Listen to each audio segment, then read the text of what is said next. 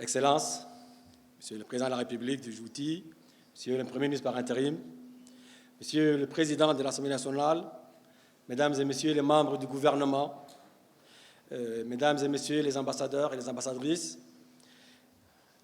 honorables invités qui sont venus de 17 pays africains pour nous rejoindre aujourd'hui, chers collègues, il y a un plaisir pour moi de vous accueillir à Djibouti pour ce premier forum africain des journaux officiels. Permettez-moi donc de vous remercier pour ceux qui ont fait ce si long voyage pour nous rejoindre aujourd'hui. À vous tous, donc, je vous souhaite une bienvenue à Djibouti, dans notre pays, dans votre pays. Mesdames et messieurs, cet événement qui, pour la première fois, rassemble des pays africains autour de leurs journaux officiels, s'inscrit au cœur d'un enjeu important, la gouvernance juridique au service de l'État de droit, la gouvernance juridique au service de la transparence et la gouvernance juridique au service de la confiance entre les acteurs publics et la société civile. Votre présence ici, nombreuse, témoigne de l'importance que nous accordons tous au droit et plus particulièrement à un droit sûr et à un droit accessible. Excellences, Mesdames et Messieurs, en publiant nos lois, en publiant donc nos décrets, nos arrêtés et nos actes administratifs, le journal officiel assure la diffusion des normes qui régissent notre société. Il rend le droit visible, il le rend fiable et il le rend opposable. À ce titre, il est un instrument de confiance entre les gouvernants et les gouvernés. Il est un vecteur d'intégration économique en sécurisant le climat et l'environnement des affaires et il améliore le travail des professionnels du droit et des administrations tout en favorisant la recherche pour les chercheurs et pour nos étudiants. Le journal officiel est donc le reflet de la mémoire de nos institutions et il est le garant de notre sécurité juridique. Et comme toute mémoire, il nous faut le préserver et il nous faut le conserver. Malheureusement, comme beaucoup de nos archives, parfois les journaux officiels ont été fragilisés par les outrages du temps ou par des conditions de conservation difficiles. La perte ou la détérioration d'une édition d'un journal officiel n'est pas simplement une perte matérielle, c'est la perte d'un fragment de notre histoire, d'un pan de notre mémoire.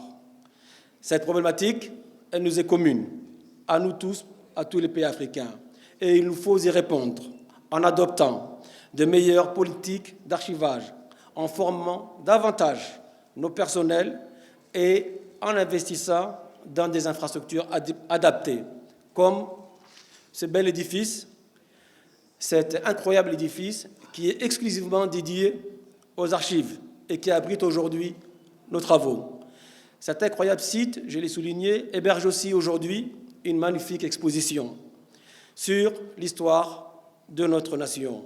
Cette exposition va durer 1 mois et elle sera ouverte à tous nos enfants, tous les enfants de la République du Djibouti, et je tiens à saluer les ministres de l'Éducation nationale, visiteront cette exposition pendant 1 mois.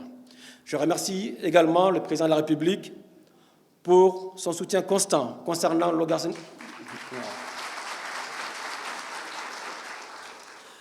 Donc pour son soutien constant concernant l'organisation de ce forum et de cette exposition. Et je félicite également la ministre de la Jeunesse et de la Culture, ses équipes, mes équipes aussi,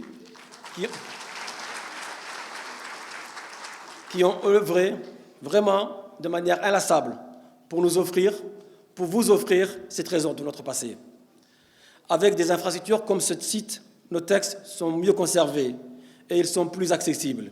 Et pour les rendre davantage accessibles, il nous faut tirer parti des outils technologiques qui sont mis à notre disposition. Mesdames et messieurs, nous vivons dans un monde où l'information est quasi instantanée. Chaque seconde, nous recevons des notifications sur nos téléphones, sur nos tablettes, et il n'est pas concevable que dans ce monde où l'information est aussi fluide, l'accès à la réglementation ne soit pas lui aussi immédiat et aussi fluide. Pour notre part, IJO a dépassé cet écueil et nous allons plus loin en intégrant des outils de l'intelligence artificielle au sein de nos futures plateformes. Vous découvrirez les modèles développés par l'ANSSI dans le cadre des différents panels qui vous seront proposés. Mais rendre le droit accessible implique aussi de penser aux personnes en situation de handicap lors de la conception de nos sites et de nos plateformes.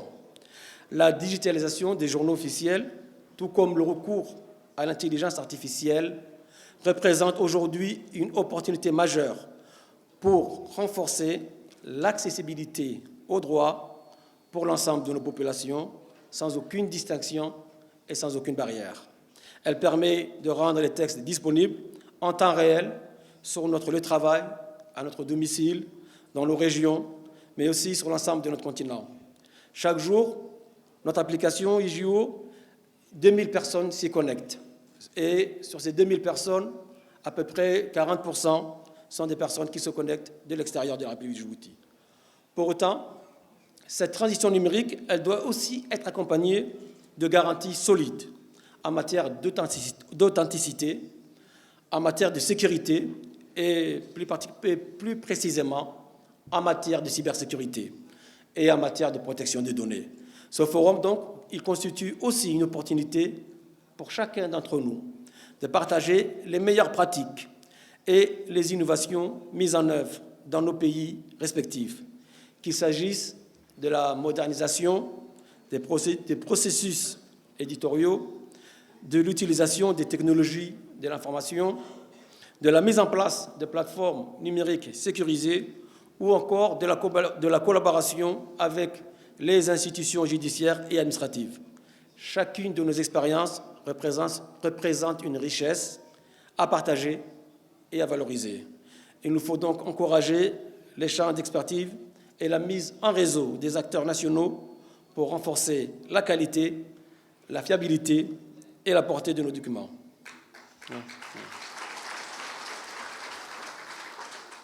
Mesdames et messieurs, le forum qui nous réunit donc aujourd'hui constitue, j'en suis convaincu, une étape dans la construction d'une Afrique plus transparente et plus intégrée.